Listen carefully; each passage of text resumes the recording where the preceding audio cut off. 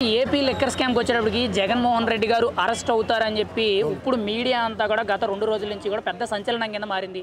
అసలు AP liquor scam జరిగిందా? జరిగితే జగన్మోహన్ రెడ్డి గారు అరెస్ట్ అయ్యే అవకాశం ఉందా? మీ అభిప్రాయం ఏంటి? లిక్కర్ స్కామ్ గురించి నా అభిప్రాయం ఒకటేనా, దాంట్లో ఎంతమంది ఉన్నా ఎవరు ఉన్నా కానీ కంపల్సరీ అరెస్ట్ కావాలి. సో జగన్మోహన్ రెడ్డి గారు ఈ నెల ఆఖరిలోపు అరెస్ట్ అవ్వచ్చేమో అని అభిప్రాయాలు వ్యక్తమవుతున్నాయి. సో నేనేమంటున్నా అంటే లిక్కర్ స్కాము మామూలు 1 కోటి 2 కోట్లు 3 కోట్లు 100 కోట్లు కాదన్న, వేల కోట్లు జరిగినాయి. అందులో ఎవరెవరు ఏంటి అనేది చాలామంది ఆల్రెడీ విజయసాయిరెడ్డి గారు చెప్పేశారు ఒక ప్రెస్ మీట్ పెట్టి. సో నా పేరు కనుక ఇన్ఫర్మేషన్ ఇస్తే నేనే ప్రెస్ మీట్ పెట్టి పేర్లు అని చెప్పాను, ఆల్రెడీ ఎక్స్ప్లెయిన్ చేశాడు. సో ఇక్కడ ఏంటంటే లిక్కర్ స్కామ్లో మాత్రం కంపల్సరీ అరెస్ట్ అయ్యే వాళ్ళు అరెస్ట్ అవుతారు.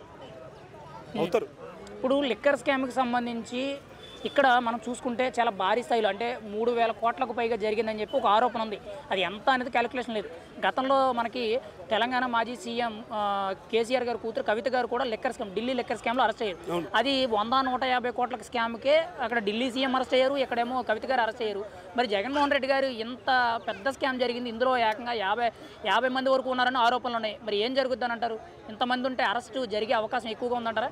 చాలామంది ఉన్నా, చాలా పక్కాగా ఒకరు కాదు ఇద్దరు కాదు, దాంట్లో ఎంతమంది ఉన్నా కూడా ప్రస్తుతానికి ధనుంజయ రెడ్డి గారు కానీ, కసిరెడ్డి గారు కానీ, తర్వాత విజయసాయిరెడ్డి గారు కానీ, విజయసాయిరెడ్డి అంటే పక్కకి వెళ్ళిపోయారు, జగన్మోహన్ రెడ్డి గారు కానీ, ఈ స్కాములు ఇప్పుడు లిక్కర్ స్కామ్ అనేది మన కవిత గారు జరిగినటువంటిదే. లాహోర్ అని ఎక్కడో ఢిల్లీ లిక్కర్ స్కామ్ జరిగితేనే ఎక్కడో లాహోర్ సెంట్రల్ జైల్లో వేశారు. సెంట్రల్ జైల్లో వేసి 1 రోజు 2 రోజులు కాదన్న, దాదాపు చాలా నెలల పాటు ఆమెను జైల్లో ఉంచారు. అక్కడ సరైన వసతులు ఆమె తగ్గట్టు ఏదో చేసినా పర్వాలేదు, చేసినారో చేసి ఉండకపోవచ్చు, అవన్నీ పక్కన పెడితే కొన్ని నెలల పాటు ఉన్నటువంటి లేడీసే కొన్ని నెలలు ఉంటే ఇంకా జెంట్స్ ఎన్ని నెలలు ఉంటాయో ఎన్ని ఏళ్ళు ఉండాలో ఆ దేవునికి వదిలేస్తున్నాం. ప్రస్తుతానికి మాత్రం పక్కా అయితే మాత్రం లిక్కర్ స్కామ్ చేసిన వాళ్ళు మాత్రం జైలుకి వెళ్లాల్సిందే.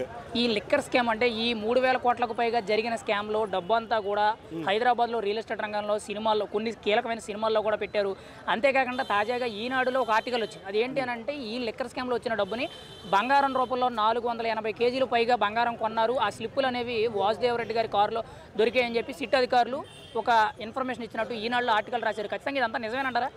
పక్క నిజమన్నా, ఎందుకంటే బెంగళూరు ప్యాలెస్లో ఆల్రెడీ అంతెందుకన్నా, ఇప్పుడు ధనుంజయ రెడ్డి గారి కారులో తన బంగారం కొన్నట్టు కానీ బంగారం తీసుకున్నట్టు కానీ ఒక స్లిప్పులు దొరికినాయి. సో సుమారుగా అది 3,000 కోట్ల వరకు ఉండొచ్చు.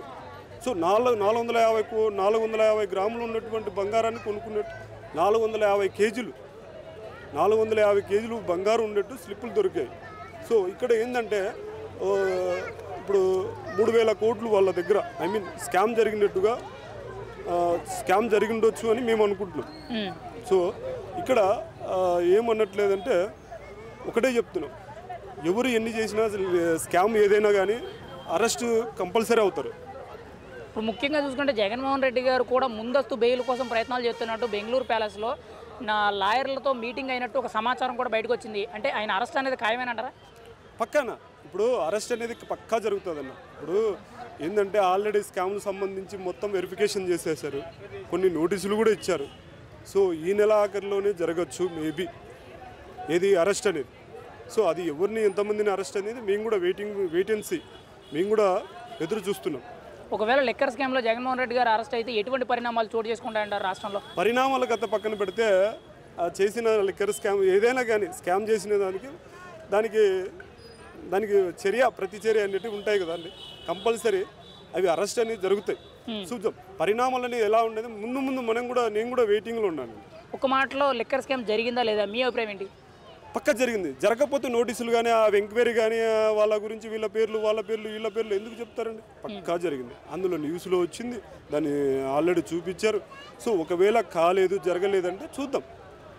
ఆల్రెడీ ఇప్పుడు ఒక స్కామ్ కాదండి, ఏ స్కామ్ కింద ఏ దాని కింద వెళ్ళినా కూడా చాలామంది బెయిల్ తీసుకొని బయటకు వస్తున్నారు. సో ఇలాంటి పెద్ద స్కామ్ జరిగిన బెయిల్ రాకూడదని కోరుకుంటున్నాను. అది ఎవరి పేరు ఏందనేది తర్వాత చూద్దాం.